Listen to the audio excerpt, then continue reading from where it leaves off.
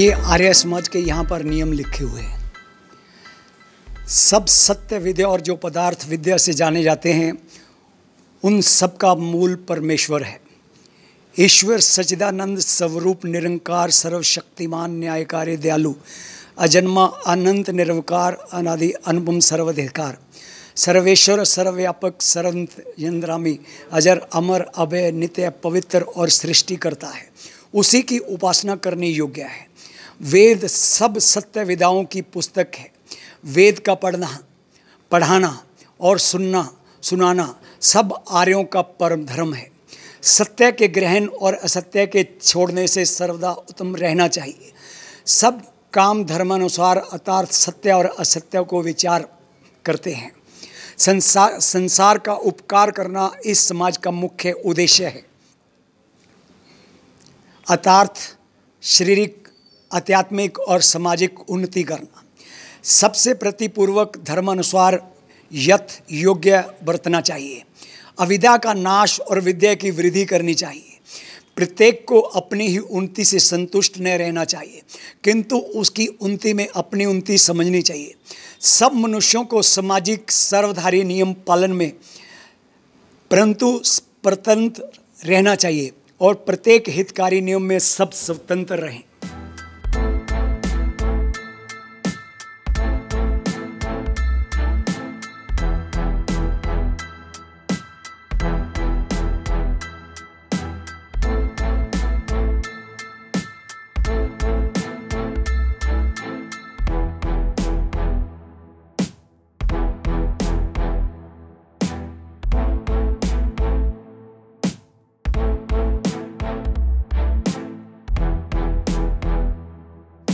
दोस्तों, आज मैं यहाँ दाल बाज़ार में आर्य समाज मंदिर में एक यज्ञशाला है, जहाँ पर लोग दूर दूर से आते हैं यज्ञ करवाने के लिए।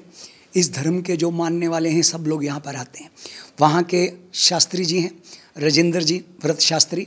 मैं उनके द्वारा इस मंदिर के बारे में मैं आपको जानकारी देना चाहता हूँ मेरे इस चैनल आत्मा चैनल के ज़रिए।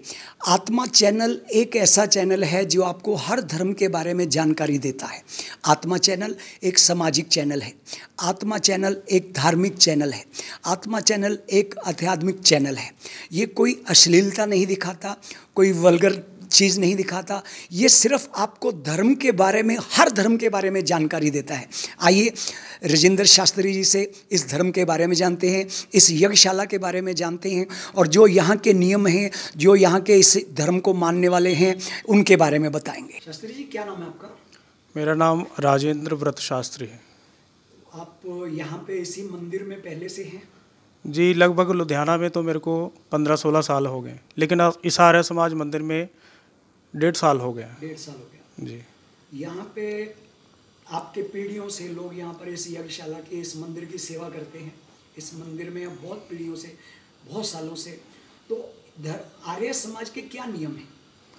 देखिए, आर्य समाज के नियम, आर्य समाज के संस्थापक महर्षि दयानंद सरस्वती ने जो हमें एक पुस्तक लिख के दी है, सत्यार्थ प्रकाश या पंचयज्ञ महाविधि, उसके पीछे आर्य समाज के 10 नियम लिखे हैं और वो 10 के 10 नियम संसार के उपकार के लिए लिखे।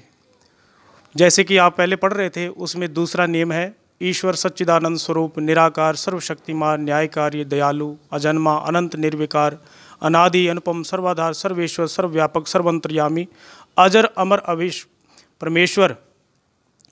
जो इस प्रकार ये दूसरा नियम है, उसमें परमात्मा के अनेकों नाम बताए हैं, लेकिन ईश्वर एक है। जैसा उस परमात्मा का गुण है, उसके गुण के आधार पर उस परमात्मा का नाम उस दूसरे नियम में बताया गया है।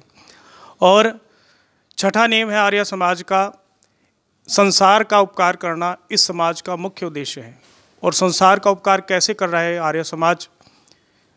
यज्ञो वै श्रेष्ठतम कर्म, वेद के अंदर लिखा है कि यज्ञ जो है वो सबसे श्रेष्ठ कर्म है। जैसे पीछे कोरोना काल चल रहा था, तो उस समय आर्य समाज दाल बाज़ार की तरफ से लुधियाना के अंदर विभिन्न जगहों पर कोरोना मुक्ति हेतु यज्ञ यात्रा निकाली गई थी। विशेष प्रकार से हवन सामग्री तैयार की गई थी। कोरोना मुक्ति के लिए जड़ी बूटियां डाल करके वो नगर नगर में जा कर के हमने वो हवन यज्ञ किया। और जिससे हमने पहला कार्य संसार का उपकार करना इस आर्य समाज का मुख्य उद्देश्य है।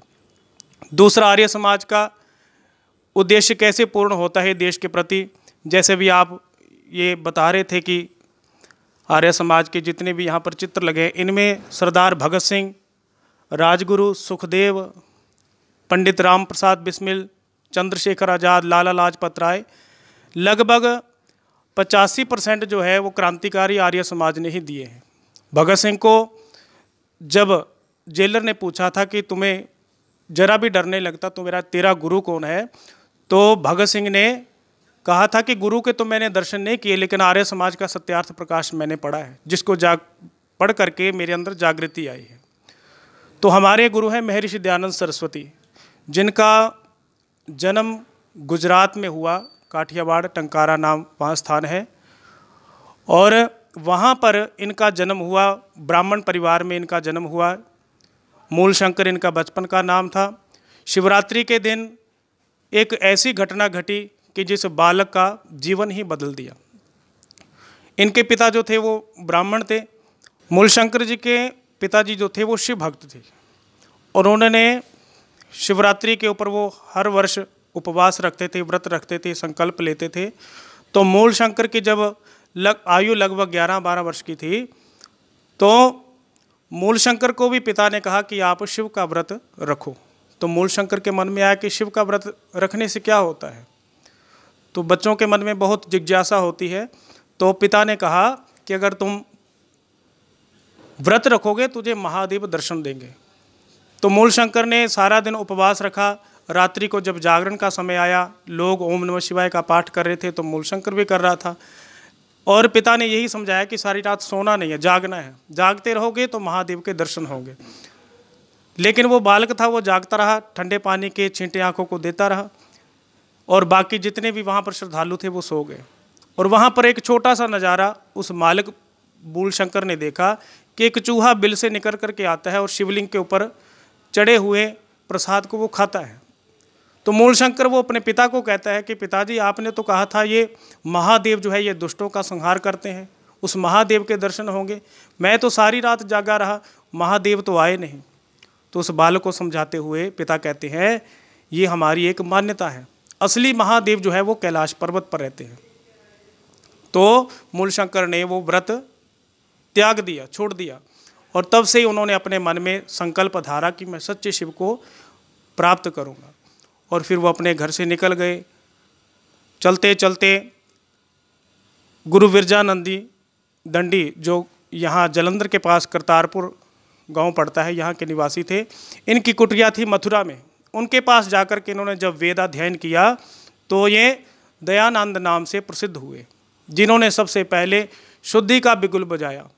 जो निम्न वर्ग के लोग थे उनको मंदिरों में माथा टेकने भी नहीं दिया जाता था, लेकिन आर्य समाज ने ऐसा एक शुद्धि का आंदोलन चलाया कि सबको शुद्ध किया, यज्ञोपवीत धारण करवाए, और सबको अधिकार मानवता का, समानता का दिया। सबसे पहला कार्य ये भी आर्य समाज का ही है। दूसरा, लड़कियों को पढ़ाया नहीं जाता था, तो आर्य समाज ने सबसे पहले ये लड़कियों को पढ़ाने का प्रबंध किया, गुरुकुल खुलवाए, विधवाओं के विवाह, पुनर्विवाह करवाए। विधवाएं जो होती थी उनको सती कर दिया जाता था पति के साथ।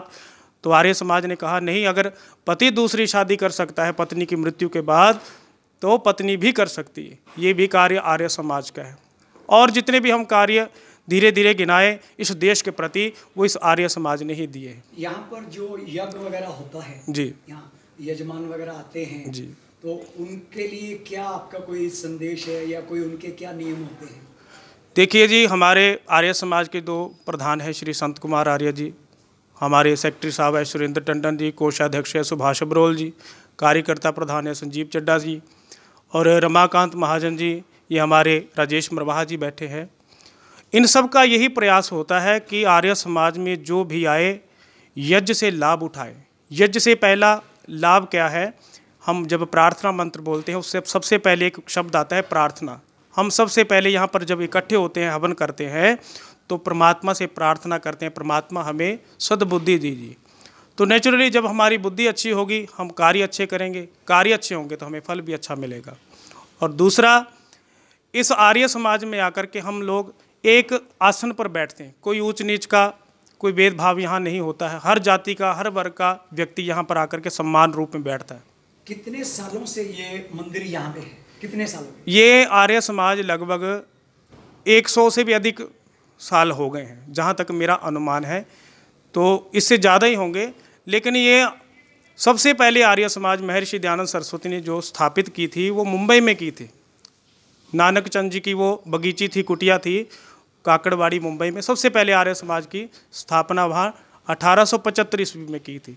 लेकिन ये आर्य समाज लगभग 100 साल से भी अधिक हो गया है। और खुद महर्षि दयानंद सरस्वती यहाँ पर आए हैं। जो मीना बाजार पड़ता है, यहाँ पर उस समय वैश्याओं का बाजार लगता था, तो महर्षि दयानंद सरस्वती ने यहाँ पर अपना व्याख्यान दिया था।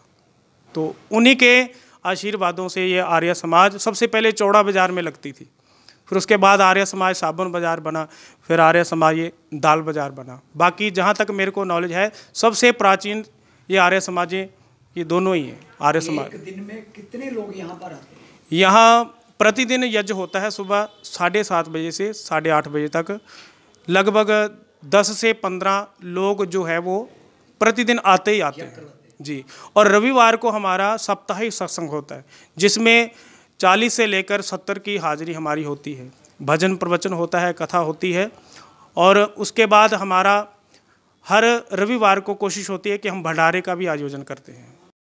शास्त्री जी, यज्ञ करते हैं लोग, एक यज्ञ पे 1.5-2 घंटे 3 घंटे भी कई बार लग जाते हैं, पूर्ण आहुति देते हैं, सब करते हैं। क्या फल मिलता है यजमान को यज्ञ करने से? देखो, यज्ञ करने के सबसे पहले 3 शब्द जुड़े हुए हैं: ईश्वर स्तुति, प्रार्थना, उपासना। सबसे पहले हम जब यहाँ पर बैठ जाते हैं तो हमारे अंदर एक आस्था होती है कि हम अच्छी जगह पर बैठे हैं, कोई अच्छा कार्य कर रहे हैं। क्योंकि मंदिर एक ऐसा स्थान होता है, यज्ञशाला एक ऐसी स्थान होती है जिसमें आप पहुँच करके आदमी अपने आप को सुरक्षित मानता है कि मैं यहाँ बैठ करके ईश्वर का ध्यान कर सकता हूँ। तो सबसे पहले उसमें ईश्वर की उपासना। दूसरा, प्रार्थना। हम ईश्वर से प्रार्थना करते हैं। कोई धन मांगता है, कोई संतान मांगता है, कोई कारोबार मांगता है, तो दूसरा शब्द है प्रार्थना। और तीसरा शब्द है उपासना। उपासना अर्थात उप आसन पर बैठ करके, हम विशेष प्रकार के आसन पर बैठ करके इस यज्ञ के द्वारा हम देवताओं को तृप्त करते हैं। और जब देवता हमारे तृप्त होते हैं, प्रसन्न होते हैं, तो हम पर आशीर्वाद होता है। क्योंकि भगवान इंद्र जो है, वो राजा जो है इस विश्व के, इस संसार के, जब वो प्रसन्न होते हैं तो सारी सृष्टि हमारी प्रसन्न होती है। यहाँ पर बाहर लिखा है कि मर्यादा पुरुषोत्तम श्री राम ने यहाँ पे यज्ञ किया था, उसके बारे में कुछ आप बताएंगे? जी, रामायण के अंदर हम चले जाएं तो रामायण के अंदर आप देखिएगा कि जो भी कार्य रामायण में शुरू हुआ, सबसे पहले उन्होंने हवन यज्ञ किया। राजा दशरथ ने पुत्रेष्ठ यज्ञ किया, तब जाकर के उन्हें 4 पुत्रों की प्राप्ति हुई। जब रावण के ऊपर उन्होंने युद्ध का डंका बजाया था तो सबसे पहले यज्ञ किया था। तो ये यज्ञ करने के लाभ है कि जो यज्ञ करता है उसको सब जगह सफलता मिलती है। दूसरी फोटो हमारी यहाँ पर लगी हुई है भगवान कृष्ण जी की। भगवान कृष्ण जी भी योगी पुरुष थे, क्योंकि जो योगी पुरुष होता है वो ही योग के ऊपर बात कर सकता है, जिन्होंने गीता का संदेश दिया। साधारण पुरुष ऐसी बातें नहीं कर सकता। इसलिए हम आर्य समाज में भगवान राम को भगवान का दर्जा देते हैं। वो मर्यादा पुरुष थे और योगी राज श्री कृष्ण योगी पुरुष थे। हम अपने पूर्वजों की भांति इनको भी मानते हैं। भगवान राम को जब अभिषेक होना था, राज्य अभिषेक जी, तब सुना है कि वो बहुत ज़्यादा खुश नहीं थे जी। लेकिन जब उन्हें वनवास का हुक्म हुआ जी, तो वो बहुत ज़्यादा खुश हुए, क्योंकि वनवास में जब चलने लगे, वहाँ पे रहे, तभी उनका जो है मर्यादा पुरुषोत्तम राम बना। इसके बारे में आपको कुछ कहना है? भगवान राम को जब राज्याभिषेक होना था तो वो खुश नहीं थे, और जब वनवास मिला वो प्रसन्न थे।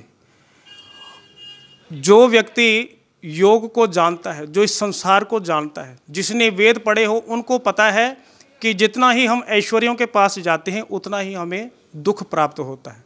इसलिए जब भगवान राम को राज्याभिषेक दिया गया तो उनके चेहरे पर ज़रा भी प्रसन्नता नहीं थी। जब उनको गृह त्यागने के लिए कहा तो उनके मन में एक उत्सुकता थी कि मैं जाऊंगा, क्योंकि उन्होंने वेद शास्त्रों का अध्ययन किया था, उनको ये था कि हम वनवास में जाएंगे, त्याग की भावना से रहेंगे, और जितना हम महलों से दूर रहेंगे उतना ही हमें प्राप्त होगा। और तो कहने का तात्पर्य ये है कि भगवान राम ने ये संदेश हमें दिया है कि त्याग से ही सुख प्राप्त होता है। क्या नाम है सर आपका? राजेश कुमार मरवाहा। मरवा साहब के यहाँ ये जो आर्य समाज है, आप यहाँ के रहने वाले हैं, इसके मेंबर हैं इस ट्रस्ट के, इसके बारे में क्या जानते हैं आप? ये आर्य समाज हमारी लगभग 100 साल से ऊपर पुरानी है। ये दाल बाज़ार में स्थित है हमारे, जो कि हौजरी का प्रसिद्ध एक मार्केट है, बहुत बड़ी मार्केट है जिसमें ये आर्य समाज हमारा स्थित है। इसकी बहुत ही मान्यता है, पूरे पंजाब में इसकी बहुत मान्यता है। और यहाँ पर डेली सुबह हवन होता है, जो कि बहुत ही अच्छा एक प्रभाव है यहाँ का, मंदिर का एक मान्यता है। और इतवार को, रविवार को हमारे यहाँ दैनिक हवन जगह होता है, जो कि 2 घंटे का होता है। बहुत लंगर वगैरह भी होता है? लंगर और यहाँ लंगर की भी पूरी व्यवस्था की जाती है रविवार को। यहाँ पर गरीबों को राशन बांटा जाता है। हाँ, हर महीने यहाँ पर लगभग 100 गरीबों को राशन वितरण किया जाता है, जो कि हमारे सब मेंबर और हमारे मार्केट के जो भी सदस्य हैं उनका बहुत सहयोग रहता है इसमें हमारे। बहुत बहुत शुक्रिया आपका आत्मा चैनल की ओर से। कि राजगुरु भगत सिंह, सुखदेव, भगवान श्री राम, सब देवी देवता इस धर्म को मानने वाले थे, इस धर्म के बनाने वाले थे। मर्यादा पुरुषोत्तम भगवान श्री राम ने भी इसी धर्म में रह कर के यज्ञ किया था, और इसके अलावा बहुत सारी जानकारियाँ दी। मैं मेरे इस चैनल की ओर से आपसे फिर वापस मिलूँगा। आपका अपना कुमार पवन, आत्मा चैनल, लुधियाना, पंजाब। तंत्र मंत्र शक्तियां दे बेताज बादशाह मूसा खान, काले इलम ਦਾ ਚਮਤਕਾਰ ਸਿਰਫ 11 ਮਿੰਟਾਂ ਵਿੱਚ ਵੇਖੋ। ਸਮੱਸਿਆ ਭਾਵੇਂ ਕਿੱਡੀ ਵੀ ਹੋਵੇ, ਹੁਣ ਤੁਹਾਨੂੰ ਨਹੀਂ ਘਬਰਾਉਣ ਦੀ ਲੋੜ। ਜਿਵੇਂ ਕਾਰੋਬਾਰ ਵਿੱਚ ਘਾਟਾ, ਪਤੀ ਪਤਨੀ ਵਿੱਚ ਅਣਬਣ, ਸੌਤਨ ਦੁਸ਼ਮਣ ਤੋਂ ਛੁਟਕਾਰਾ, ਨਸ਼ਾ ਛੁਡਾਉਣਾ, ਬੱਚਿਆਂ ਦਾ ਕਹਿਣੇ ਤੋਂ ਬਾਹਰ ਹੋਣਾ, ਕੋਰਟ ਕਚਹਿਰੀ ਵਿੱਚ ਜਿੱਤ ਪਾਉਣਾ, ਘਰ ਜਾਂ ਵਪਾਰ ਵਿੱਚ ਬਰਕਤ ਨਾ ਹੋਣਾ, ਨੌਕਰੀ ਜਾਂ ਤਰੱਕੀ ਵਿੱਚ ਰੁਕਾਵਟ, ਵਿਦੇਸ਼ ਯਾਤਰਾ, ਸ਼ਾਦੀ ਵਿਆਹ ਵਿੱਚ ਰੁਕਾਵਟ, ਜਾਦੂ ਟੂਣਾ ਕੀਤਾ ਕਰਾਇਆ, ਖੂਨ ਦੇ ਛਿੱਟੇ ਆਉਣਾ, घर विच तरह तरह ਦੀਆਂ आवाज़ां आउणा आदि A to Z समस्यावां दा समाधान सिर्फ कुछ मिनटां विच कीता जांदा है। अपने आप नूं पढ़े लिखे दस्सण वाले ढोंगी बाबियां तो बचो। काले रूहानी इलम दा तोड़ सिर्फ साडे कोल। हुणे कॉल करो 98 725 44 144।